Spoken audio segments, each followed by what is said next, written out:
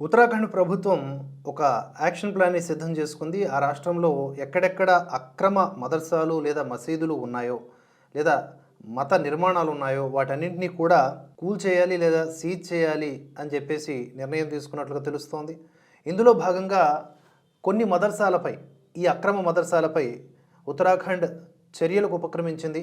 పచ్వా అనే ప్రాంతంలో అక్రమంగా నడుస్తున్నటువంటి 4 మదర్సాలను అక్కడ మూసేసింది. సీల్ వేశారంట. వికాస్ నగర్ జిల్లా ఆధ్వర్యంలో ఈ చర్యలు తీసుకున్నారు.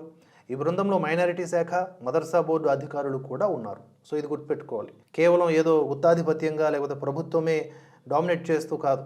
అక్కడ మదర్సా బోర్డు అధికారులు కూడా ఉన్నారు. అంటే వాళ్ళు సేమ్ కమ్యూనిటీకి సంబంధించిన వాళ్ళే అంగీకరించారు, ఆమోదముద్ర వేశారు. ఇవన్నీ కూడా అనధికారికంగా నడుస్తున్నటువంటి మదర్సాలు అని. పరిపాలనా బృందం ఢక్రానీకి చెందినటువంటి మదర్సా దార్ ఏ అక్రమ్, మదర్సా మషిగుల్ రహమానియా, నవాబ్ఘర్కు చెందిన మదర్సా ఫైజల్ ఉలూమ్, అలాగే దావతుల్ హక్ను మూసేశాయి. ఇక వీటన్నిటి కూడా సీలు వేయడం జరిగింది. ప్రభుత్వం అనుమతులు లేకుండా ఈ మదర్సాలు నడుస్తున్నాయనేది అధికారులు ధృవీకరించిన విషయం. ఈ మదర్సాలలో పిల్లలు కూర్చోవడానికి కానీ, చదువుకోవడానికి కానీ కనీస స్థలం కూడా లేదంట. విద్యుత్ వ్యవస్థ లేదు, నీటి వ్యవస్థ లేదు, మౌలిక సదుపాయాలు కూడా ఏమీ లేవంట.